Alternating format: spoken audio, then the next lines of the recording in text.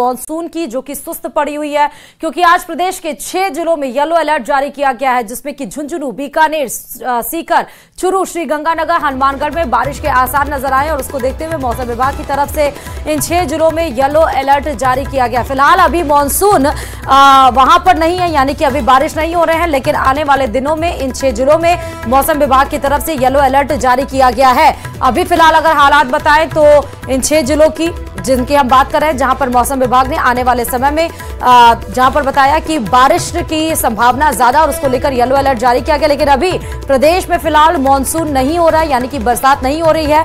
अभी लोग थोड़ा सा गर्मी से परेशान है, लेकिन इन जिलों में जैसे कि झुंझुनू हुआ, बीकानेर हुआ, सीकर हुआ, चुरू, श्रीगंगानगर और हनुमानगढ़ में बारिश के आसार आने वाले दिनों में हो सकते हैं और जिसको लेकर मौसम विभाग ने येलो अलर्ट जारी किया है।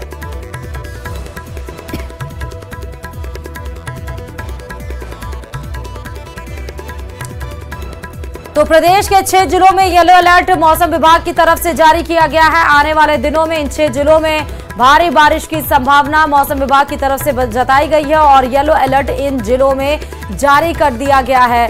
संभवतः ये मान सकते हैं कि अगर बारिश ज्यादा हो सकती है तो इन 6 जिलों में विद्यालयों में भी छुट्टी हो सकती है, लेकिन अभी देखना होगा कि कब। और अब बात सिरोही की कर लेते हैं, जहां सिरोही के मीरपुर गांव के पास ग्रामीणों ने मानवता का परिचय दिया है। दरअसल मानव श्रृंखला बनाकर बकरियों को नदी पार कराने का ये वीडियो तेजी से वायरल हो रहा है। नदी में तेज बहाव आया तो ग्रामीणों ने मानव श्रृंखला बनाई। वायरल वीडियो में एक एक बकरी को नदी पार कैसे करवाया जा रहा है वो आपको मानव श्रृंखला के जरिए ये दिखाई पड़ रहा है।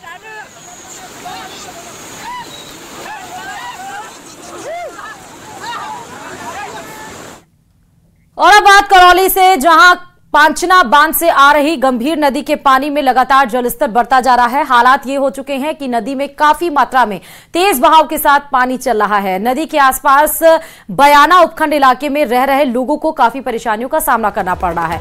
नदी के आसपास कई हेक्टेयर फसल खराब हो चुके हैं। सबसे ज्यादा सब्जी की फसल खराब वाले किसानों को परेशानी का सामना उठाना पड़ रहा है। किसानों का कहना है कि नदी के आसपास के इलाके जहां पर सब्जी उगाई गई थी वह पूरी तरह से बर्बाद हो चुकी है और अब किसानों ने सरकार से उचित मुआवजे की मांग की है। और करीबन 10 बीघे गोभी है, 1 बीघे मिर्च है, 30 बीघे का नंबर है, ये भेज पे था। करीबन 30 लाख का नुकसान हुआ है। 6-7 लाख तो इसकी लागत है। ये सब क्या क्या चीज बो रखी थी इसमें? घिया है 16 बीघे, तो ये सामने भरे डरे हैं ठेरते ठेर तक। और ये साइड है, इसमें गोभी है 10 बीघा भी लगाई। चलिए है जहां रामगंज मंडी उप जिला चिकित्सालय में अव्यवस्थाओं के चलते मरीजों और उनके परिजनों को भारी परेशानियों का सामना करना पड़ रहा है। दरअसल वर्तमान में 75 बेड का हॉस्पिटल है, वहीं जनरल वार्ड में केवल 41 बेड मरीजों के लगे हुए हैं। मौसमी बीमारी और मलेरिया, डेंगू और पीलिया के मरीज बढ़ते जा रहे हैं। ऐसे में 41 बेड पर 70 मरीज भर्ती हैं, जो एक बेड पर 2 से 3 मरीज इलाज करवा रहे हैं। अव्यवस्था होने से कई मरीज घर पर ही ड्रिप लगाकर इलाज ले रहे हैं। हॉस्पिटल के जनरल वार्ड में पंखे भी खराब होने से मरीजों के तीमारदार कपड़े से हवा उठाते हुए नजर आ रहे हैं। जनरल वार्ड में मरीजों की भर्ती संख्या बढ़ने के बावजूद हॉस्पिटल में इधर उधर लगे बेड 25 बेड को नहीं मंगवाया गया और जिससे मरीज परेशान हो रहे हैं।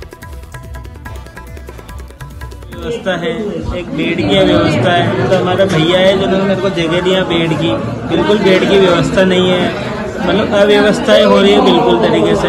गर्मी ऐसी गर्मी हो रही है, इतने मरीज हो रहे हैं। मतलब पंखे गर्मी में ऐसा हाल है कि पंखे नहीं है। रामगंज मंडी जिला अस्पताल बनने जा रहा है, मगर यहाँ पर अव्यवस्था है। झुंझुनू की जहां तीर्थराज लोहारगल से शुरू हुई मालकेतु बाबा की 24 कोसी परिक्रमा में श्रद्धा का सैलाब उमड़ रहा है।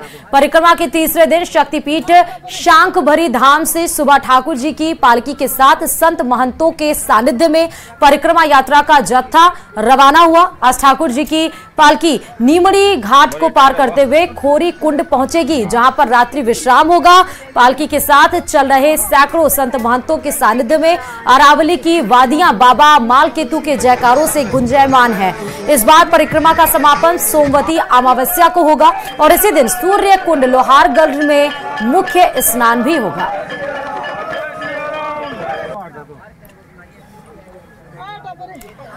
तो खोरी कुंड पहुंचेगी आज ठाकुर जी की यात्रा। सोमवती अमावस्या को परिक्रमा का समापन होगा। श्रद्धालुओं की भीड़ आप देख सकते हैं, हुजूम किस तरह से यहां पर दिखाई पड़ा। 24 कोसी परिक्रमा में श्रद्धालुओं का सैलाब उमड़ा है।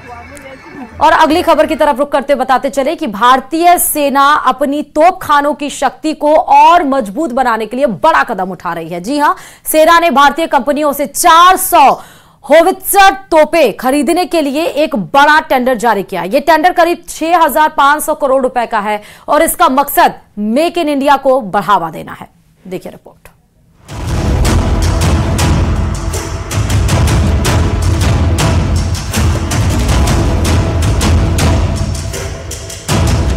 भारतीय सेना खरीदेगी 400 होवित्जर तोप।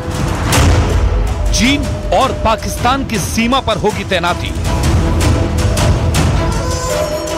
एलएसी पर चीन को चित करने और एलओसी पर पाकिस्तान को पस्त करने भारतीय सेना अब अपने ही देश में बने ATAGS यानी advanced towed artillery gun system को खरीदने जा रही है। इसके लिए सेना ने 6,500 करोड़ के टेंडर भी जारी कर दिए हैं। ATAGS को DRDO ने विकसित किया है और ये तोप वजन में काफी हल्की हैं, जिसकी वजह से इन्हें आसानी से ऊंचाई वाले इलाकों में तैनात किया जा सकता है। इस तोप से 155 mm के गोले दागे जा सकते हैं। ये तोप दुनिया भर में इस श्रेणी में सबसे ज्यादा दूरी तक गोले दागने की क्षमता रखती है।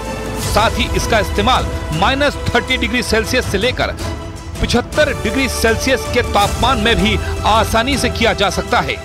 ऑटोमेटिक राइफल की तरह इसमें भी सेल्फ लोड सिस्टम होता है। इस तोप के जरिए आंखों से न दिख पाने वाले टारगेट पर भी बेहद सटीक निशाना लगाया जा सकता है। इस तोप की खूबियां देख मार्च 2024 में ही आर्मेनिया ने इन तोपों को भारत से खरीदने का ऑर्डर दिया था और भारतीय सेना भी अब सीमा वाले इलाकों में अपनी क्षमता को बढ़ाने के लिए 400 advanced towed artillery gun system खरीदने जा रही है। और अगर